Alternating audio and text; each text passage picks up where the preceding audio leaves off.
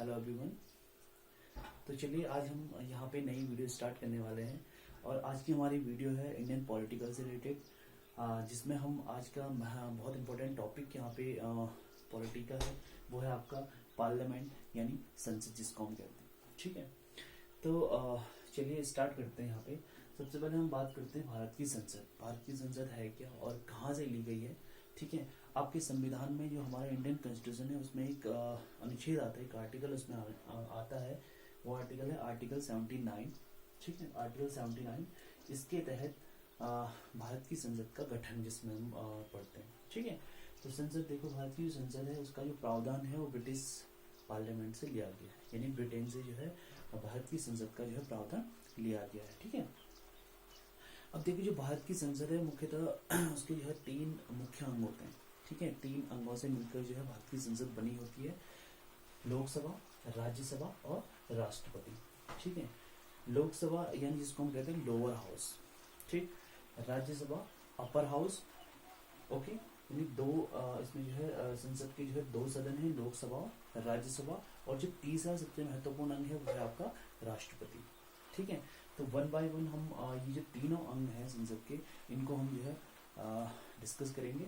ठीक है, तो चलिए सबसे पहले स्टार्ट करते हैं आपकी लोअर हाउस यानी लोकसभा की। ठीक है, तो देखो क्वेश्चन, बहुत सारे क्वेश्चन यहाँ से बनते हैं कि किस संविधान के किस अनुच्छेद के अंतर्गत लोकसभा का गठन किया गया है, या संविधान के किस अनुच्छेद के अंतर्गत राज्यसभा का गठन किया गया है। ठीक है, तो देखो संविधान का एक आर्टिकल है आर्टिकल 80, आर्टिकल यानी अनुच्छेद 80, उसके अंतर्गत राज्यसभा यानी अपर हाउस है उसका गठन किया गया है।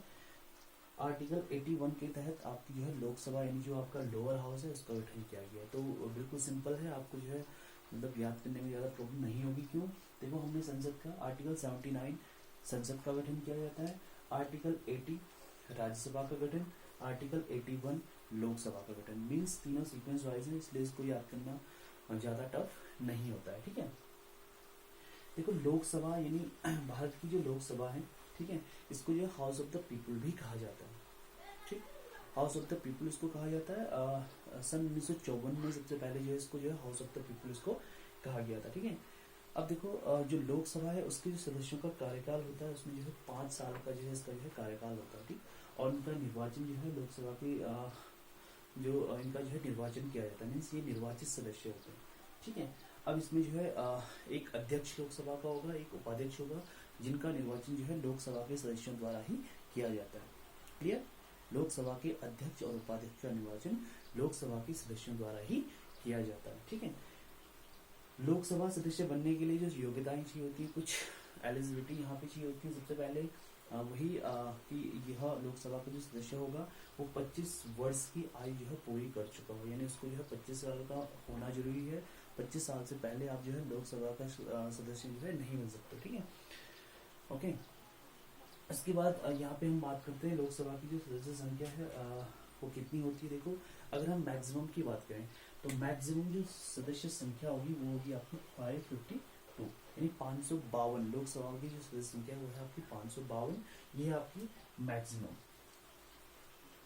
ओके, अगर हम वर्तमान की बात करें तो वर्तमान में जो लोकसभा की सदस्य संख्या है वो है आपकी 545। ठीक है, यानी 545। ठीक है, अब देखो इनमें से जो है जो 545 जो सदस्य संख्या है, सदस्य हैं, इनमें से जो है आपके जो है जो 2 सदस्य हैं ये जो है राष्ट्रपति के द्वारा चुने जाते हैं। इनको हम कहते हैं एंग्लो इंडियन, यानी लोकसभा से राष्ट्रपति के द्वारा जो है 2 सदस्य चुने जाते हैं जो आपके जो है आंग्ल भारतीय समुदाय के लोग होते हैं। ठीक है, इसमें से जो है 2 सदस्य जो है राष्ट्रपति चुनता है, बाकी बच्चे जो है 543 यानी 543 जो मेंबर हैं ये जो है निर्वाचित होते हैं, यानी निर्वाचन के द्वारा ये चुने जाते हैं। ठीक है, अब देखो ये कहाँ कौन से सदस्य होते हैं, कहाँ से चुने जाते हैं। सबसे पहले इसमें जो है 543 में से जो है आपकी जो 530 यानी 530 जो मेंबर होंगे ये आपकी जो है स्टेट से चुने जाते हैं। ठीक है, जो आपके 28 स्टेट है यहाँ से जो है आपके लोकसभा के जो मेंबर होंगे ये आपके जो है 530 मेंबर जो है यहाँ से चुने जाते हैं। ठीक है, बाकी बचे आपकी जो 13 जो मेंबर होंगे ये आपकी जो है जो यूनियन टेरिटरी है, यानी जो आपकी केंद्र शासित प्रदेश है, दिल्ली है, पुदुचेरी है। ठीक है, तो यहाँ से जो है आपके 13 मेंबर चुने जाते हैं। ओके, हो गए पूरे 545। ठीक है, ये तो था प्रेजेंट। अगर हम प्रेजेंट की बात करते हैं, अगर हम मैक्सिमम की बात करें, जो मैक्सिमम कभी कभी जो है मैक्सिमम 20 सदस्य संख्या हो सकती है, यानी 552 जो है फुलफिल हो जाती है। तो इसमें से क्या होगा, देखो इसमें से जो है वही दो आपकी जो है राष्ट्रपति चुनेगा जो आंग्ल भारतीय समुदाय के होंगे, और बचे 550 यानी जो 550 सदस्य होंगे उन उसमें से जो है आपके 530 सदस्य जो है आपके स्टेट से चुने जाएंगे, और बाकी जो बचे 20 सदस्य हैं वो आपके जो है यूनियन टेरिटरी से चुने जाएंगे। ओके, ठीक। तो ये तो थी आपकी जो है लोकसभा के सदस्य किस तरह से चुने जाते हैं, कहाँ से चुने जाते हैं, ये सारी चीजें जो है मैंने आपको बता दी। ठीक है, ओके। अब हम बात करते हैं मंत्रिपरिषद की। देखो क्वेश्चन यहाँ से पूछा जाता है कि लोकसभा यानी मंत्रिपरिषद जो है सामूहिक रूप से किसके प्रति उत्तरदायी होती है।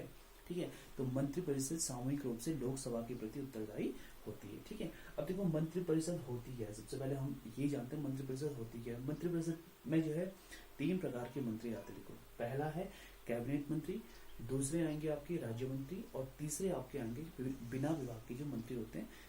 ये तीनों प्रकार के मंत्री आपकी जो है मंत्रिपरिषद के अंतर्गत आएंगे, और इन सबका जो अध्यक्ष होगा वो होगा आपके प्रधानमंत्री। ठीक है, यानी मंत्रिपरिषद जिसको हम कहते हैं सरकार, यानी कई बार क्वेश्चन पूछा जाता है कि सरकार किसे कहते हैं, तो सरकार मीन्स मंत्रिपरिषद। ठीक है, ओके, क्लियर। तो ये तो था आपका लोकसभा। ठीक है, अब हम बात करते हैं कुछ बहुत सारे टर्म्स जो है आपके इंडियन पॉलिटी से रिलेटेड, इसमें जो है इसमें से आते हैं। आपका सबसे पहले आएगा आपका एक टर्म आता है आपका अविश्वास प्रस्ताव। आपने सुना होगा अविश्वास प्रस्ताव, कई बार पूछा जाता है किसे कहते हैं। देखो कभी भी जो है विपक्ष द्वारा लोकसभा में, ठीक है, विपक्ष द्वारा लोकसभा में सरकार को गिराने या उसको कमजोर करने या उसको जो है आपकी जो है हराने के लिए जो है एक प्रस्ताव रखा जाता है। हराने के लिए, कमजोर करने के लिए, या कभी कभी गिराने के लिए भी जो एक प्रस्ताव रखा जाता है, जिसको अविश्वास प्रस्ताव कहा जाता है। ठीक है, लेकिन अविश्वास प्रस्ताव जो है एक सत्र में केवल एक बार ही रखा जाता है। ठीक है, सत्र में जो है एक बार ही रखा जाता है, और अविश्वास प्रस्ताव केवल लोकसभा में ही रखा जाता है, न कि राज्यसभा में। इसको जो है राज्यसभा में नहीं रख सकते। ठीक है, इसके लिए कुछ शर्तें होती हैं। जब भी अविश्वास प्रस्ताव रखा जाता है तो इसके लिए जो है जो विपक्ष होगी, जो सदस्य संख्या होगी वो 50 होनी चाहिए, यानी 50 अनुमोदक इसमें होने चाहिए, 50 लोगों के इसमें जो है साइन होने चाहिए, तभी जाके ये लोकसभा में पारित हो सकता है, वरना ये कैंसिल कर दिया जाएगा। ठीक है, पहले ऐसे प्रधानमंत्री कौन थे, क्वेश्चन पूछा जाता है कि जो जिनको जो विश्वास मत हासिल नहीं कर पाए थे। तो बीपी सिंह यानी विश्वनाथ प्रताप सिंह पहले ऐसे प्रधानमंत्री थे जो आपके जो है विश्वास मत हासिल नहीं कर पाए थे, और उनकी सरकार गिर गई थी। ठीक, ओके। एक क्वेश्चन यहाँ से पूछा जाता है कि सदन की कार्रवाई जब शुरू की जाती है, कोई भी सदन है, या लोकसभा है चाहे आपकी राज्यसभा है, सदन की जब कार्रवाई शुरू की जाएगी तो उसके लिए जो है कितने जो कोरम होगा वो क्या होना चाहिए, कितने सदस्य संख्या वहां पे होनी चाहिए। तो यानी जो कोरम होगा वो 1/10 यानी 1/10, यानी जो टोटल मेंबर हैं उनके जो 1/10 सदस्य संख्या वहां पे जो है होनी चाहिए, तब जाके किसी भी सदन की कार्यवाही जो है शुरू की जाएगी, चाहे लोकसभा में हो चाहे राज्यसभा में हो। इसको हम कहते हैं कोरम या गणपूर्ति। Okay, okay. क्वेश्चन यहाँ पे पूछा जाता है कि पहली जो महिला अध्यक्ष थी वो कौन थी। पहली महिला अध्यक्ष थी आपकी लोकसभा जो स्पीकर थी वो थी आपकी मीरा कुमार। पहले पुरुष अध्यक्ष जो थे वो थे आपके जीवी मावलंकर, यानी गणेश वासुदेव मावलंकर हम उसको कहते हैं। ठीक है, उसके बाद जो वर्तमान जो स्पीकर है वो आपके ओम बिरला। ठीक है, एक लास्ट एक टॉपिक है यहाँ पे पूछा जाता है बार शून्यकाल किसे कहते हैं, शून्यकाल का जो समय है कौन सा है। ठीक है, देखो कभी भी जो सदन की कार्रवाई होती है उसमें जो है 3 प्रकार की जो है जो पीरियड है, जो आवर्स हैं 3 टाइप्स के होते हैं। एक होगा आपका प्रश्नकाल, दूसरा होगा आपका कार्य सूची काल, यानी 12 बजे से पहले का जो काल होगा, जो टाइम पीरियड होगा उसको हम कहेंगे प्रश्नकाल, और 12 बजे के बाद का जो टाइम पीरियड होगा उसको हम कहेंगे कार्य सूची काल। ठीक है, लेकिन इनके बीच का जो समय होगा उसको हम कहते हैं शून्यकाल।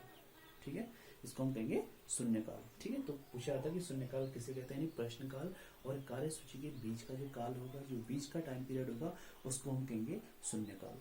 ठीक है, ओके। तो ये तो था आपका लोकसभा से रिलेटेड कुछ क्वेश्चंस। अब हम जो अगला वीडियोस होगा उसमें हम जो है राज्यसभा और राष्ट्रपति के बारे में डिस्कस करेंगे। Okay, thank you.